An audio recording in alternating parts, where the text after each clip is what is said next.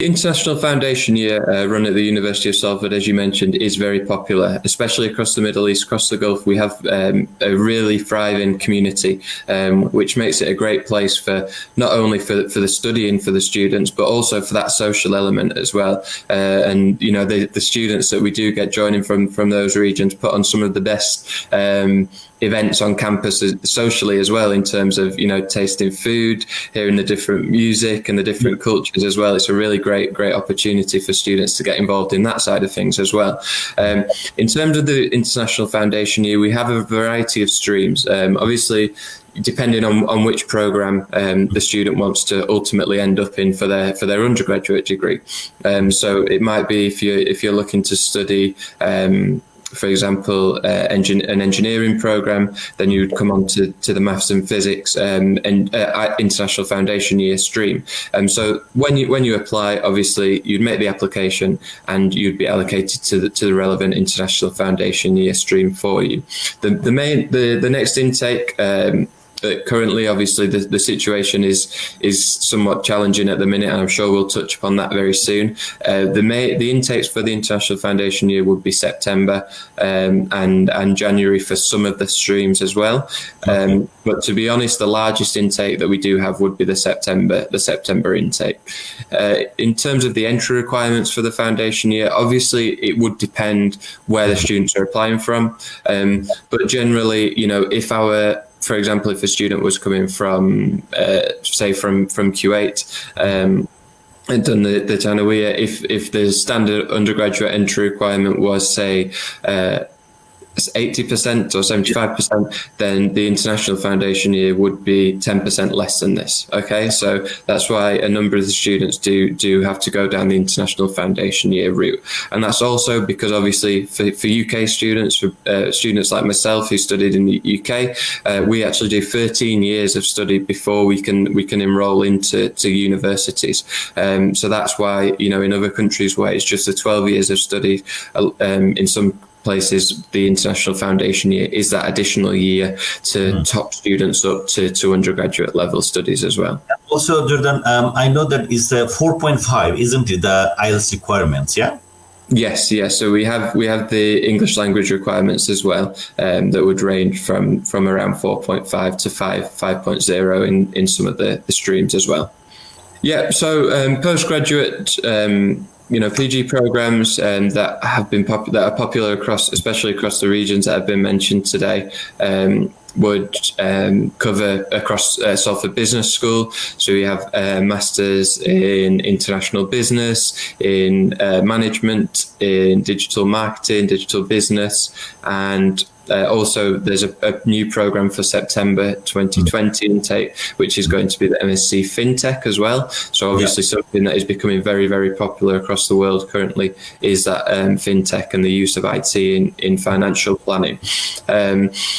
Also, you know, moving in across other schools in terms of the popular programs there, we have Masters in Nursing programs for the health school, in media psychology as well, which is actually the only program of its kind in Europe, and then across the engineering sciences, engineering and environment program.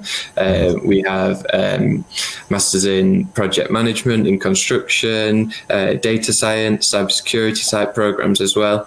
And across all of the schools, we have a range of scholarships that are on offer for students. In terms of the scholarships, we have, and especially for the postgraduate programs, so we have a range of academic scholarships, okay? And when students make the application, and they can make the application with us direct using a PDF form that we have, or the online system, again, your counsellors will help them with that. But when they make the application using their educational qualifications that they have and any experiences and the CV that is submitted as the application, they would automatically be assessed for the academic scholarships, okay? And this can discount the tuition fees anywhere from £2,000 to about £3,500, okay? The tuition fees do vary from around £13,000 to about £16,000 for postgraduate. But again, with those scholarships, a lot of our students and offer holders can move closer to sort of £11,000, £12,000 for the fees as well, which again is very promising for the students. Any deadline, Jordan, for applying for a scholarship? So in terms of the application deadlines for the academic scholarships, it would just liaise with the application deadline, because obviously they are automatic when the students make that application. There are deadlines to meet conditions as well, so make deposit payments and to submit bank statements, to submit English language qualifications and references, for example, which I can see there's a question there about that in the chats as well. So it would mainly just align with the conditions deadline. So it's similar in terms of the academic scholarships, ranging from sort of 2 to 3,500. And they're the automatic scholarships. Also, for students applying from certain regions, they would also be considered for the regional-based scholarships. Again, that's based on academic merit and previous experience. All students have the opportunity to also apply for the Salford International Excellence Award. Okay, but this is something that students have to apply for after they've received an initial offer. Okay, and details of that would be within the offer letter. It's a simple application process online, and students just have to answer two allocated questions, similar, I guess, to the SOP, the personal statement, in terms of why are you choosing this course at the University of Salford, and how is your background, your previous experience going to help to progress on campus? That's that type of question. Obviously the quality of the submission is assessed by the scholarships panel, along with any previous experience and any other skills, qualities that have been demonstrated in the application, and students can be awarded up to £5,000 in tuition fee discount as a result of that award. So I'd strongly encourage students to apply for that as well, but you can only apply once you are an offer holder. If you have already been awarded a scholarship, one of the academic scholarships or the regional school-based, academic school-based scholarships or the regional scholarship, then whichever amount is higher, then that would be applied, not both of them.